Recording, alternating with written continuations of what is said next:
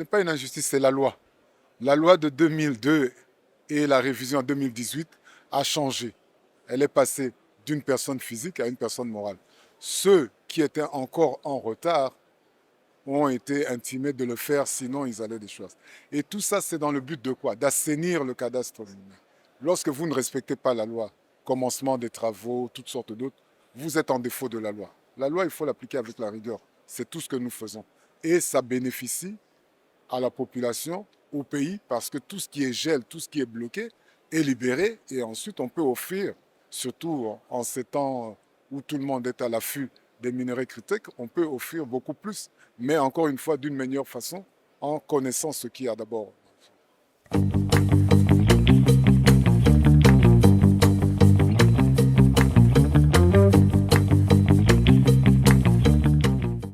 Non, il faut compter sur nous en ce qui concerne la connaissance.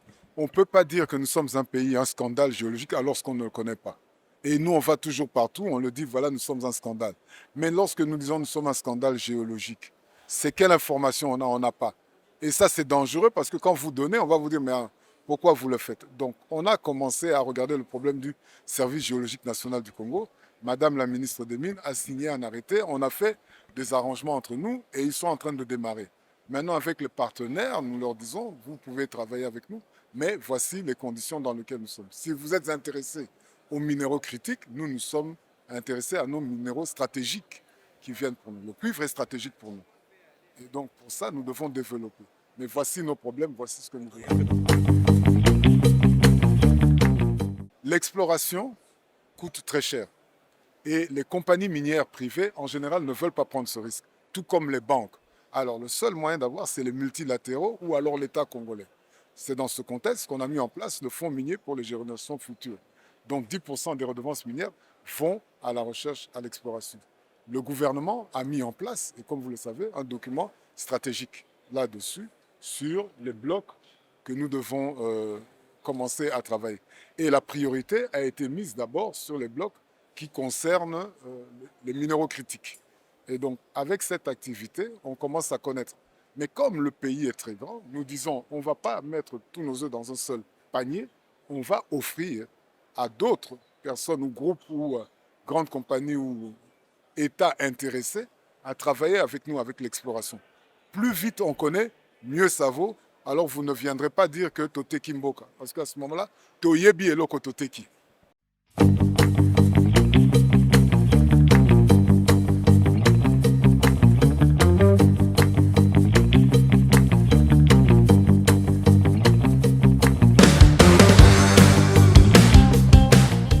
Bon, le problème de loi, je ne veux pas rentrer, je ne suis pas juriste parce qu'on dit, vu l'antériorité, l'une va l'autre, mais l'idée du code minier, c'était d'avoir un guichet unique où tout le monde, tous les acteurs se réfèrent à un seul, l'autre Bible. Bon, maintenant, s'il y a d'autres documents, ça pose problème, mais je crois qu'on est en train de s'entendre avec, par exemple, l'ICCN. Nos cartes géologiques sont quelquefois différentes avec le terrain, la carte administrative est aussi différente. Là, on est en train de travailler là-dessus pour harmoniser et actualiser nos différentes cartes. Donc, il y a une, comment dirais-je, des ententes chez nous là-dessus et je crois que le législateur est toujours là pour trancher en cas de conflit de compétences ou de loi. Je crois que ce n'est pas à notre niveau, mais il me semble que chez nous, avec la loi minière, il n'y a pas trop de problèmes de ce style-là. C'est surtout un problème tout simplement, les cartes ou les documents que nous utilisons ne sont pas actualisés et nécessitent d'actualiser pour qu'il y ait moins de conflits.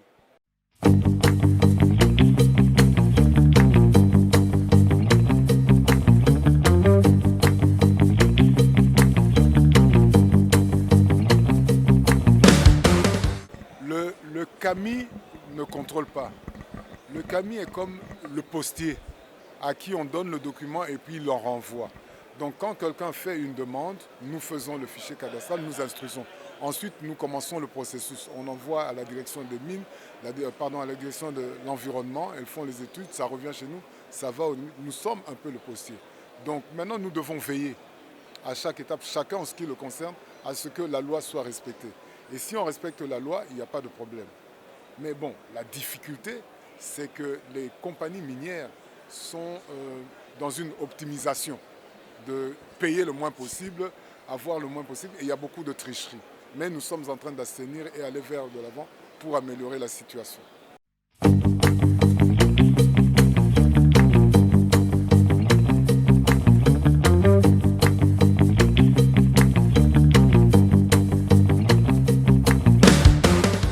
mais c'est ça. Donc nous, on ne peut rien faire. C'est pour ça que je dis que je ne voulais pas rentrer dans ça, mais les étapes minières, on le connaît.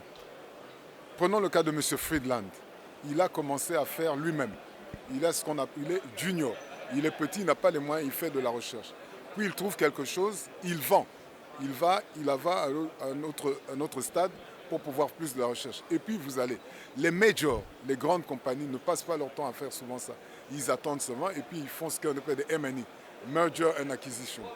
Au Congo, aujourd'hui, il y a certaines compagnies qui sont dans le viseur des grandes multinationales qui veulent les racheter.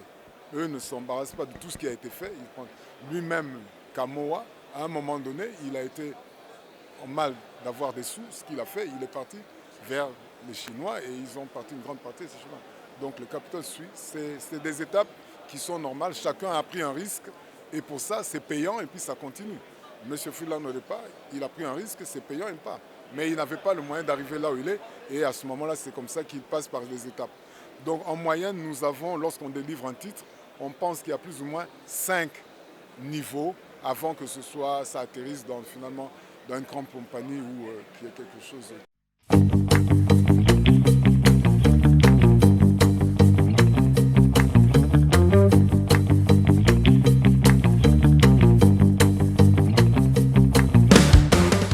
Moi, je fais partie d'un maillon. Madame la ministre, le Premier ministre sont arrivés pour montrer tous les efforts qu'ils ont faits pour investir et les résultats que nous sommes. Nous sommes les soldats qui avons combattu pour arranger. Dans mon cas, j'ai dit je suis en train de travailler à l'assainissement du cadastre minier pour vous donner beaucoup plus de possibilités, plus d'écarts. Mon collègue du service géologique national montre les blocs où on veut commencer à faire les études géologiques.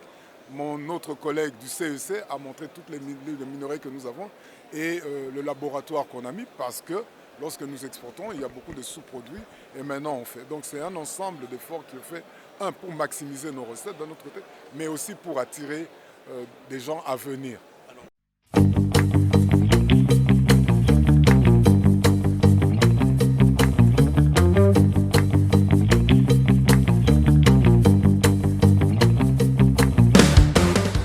Donc, redressons. Ce n'est pas le CAMI qui fait après étude.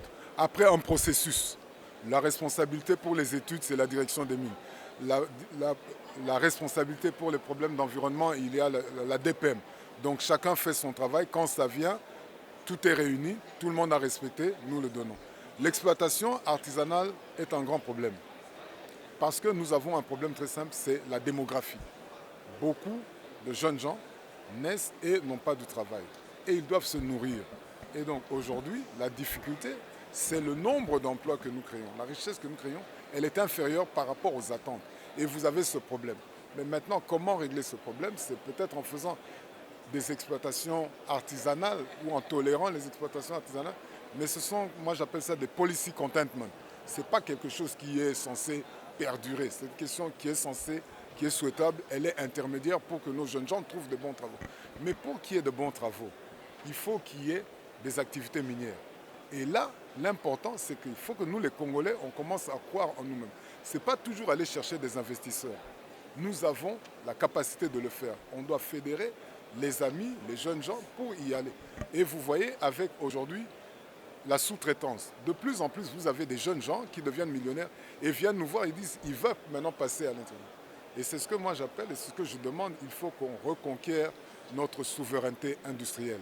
Si la GECAMINE repart à 400 000 tonnes ou à 500 000 tonnes, si la MIBA repart, on a la souveraineté industrielle parce que 100% de ces produits sont produits aux ailleurs par des Congolais et pour les Congolais. C'est ça, on doit chercher des investisseurs, mais on doit aussi quelque part voir de quels moyens on fait avancer. Et on a toutes ces possibilités. Le code permet de reprendre des actions dans les différentes compagnies. Avec Fomine, avec ça, on peut augmenter nos parts.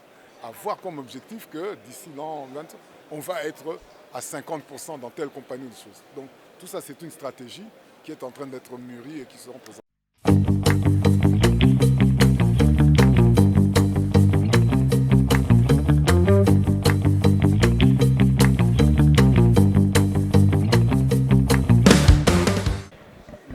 système d'accorder des zones d'exploitation artisanale ne revient pas au CAMI. Ça commence d'abord dans les provinces. Un gouverneur de la province qui estime que dans cette région il y a moins de fer, en fait la demande au ministre des Mines. Après étude, après avis de la direction des mines et tout ça. Ça vient chez Madame la ministre. Madame la ministre demande l'avis de 2 services. Le cadastre minier pour voir si cette zone n'est pas concédée et le service géologique national du Congo pour voir s'il n'y a pas de droit. Avec les 2 avis, si c'est positif des 2 côtés, ça retourne chez Madame et Madame accorde alors l'institution de la zone d'exploitation artisanale qui est faite par les provinces et non au niveau de Kinshasa. Merci beaucoup, monsieur le DG. Je vous remercie.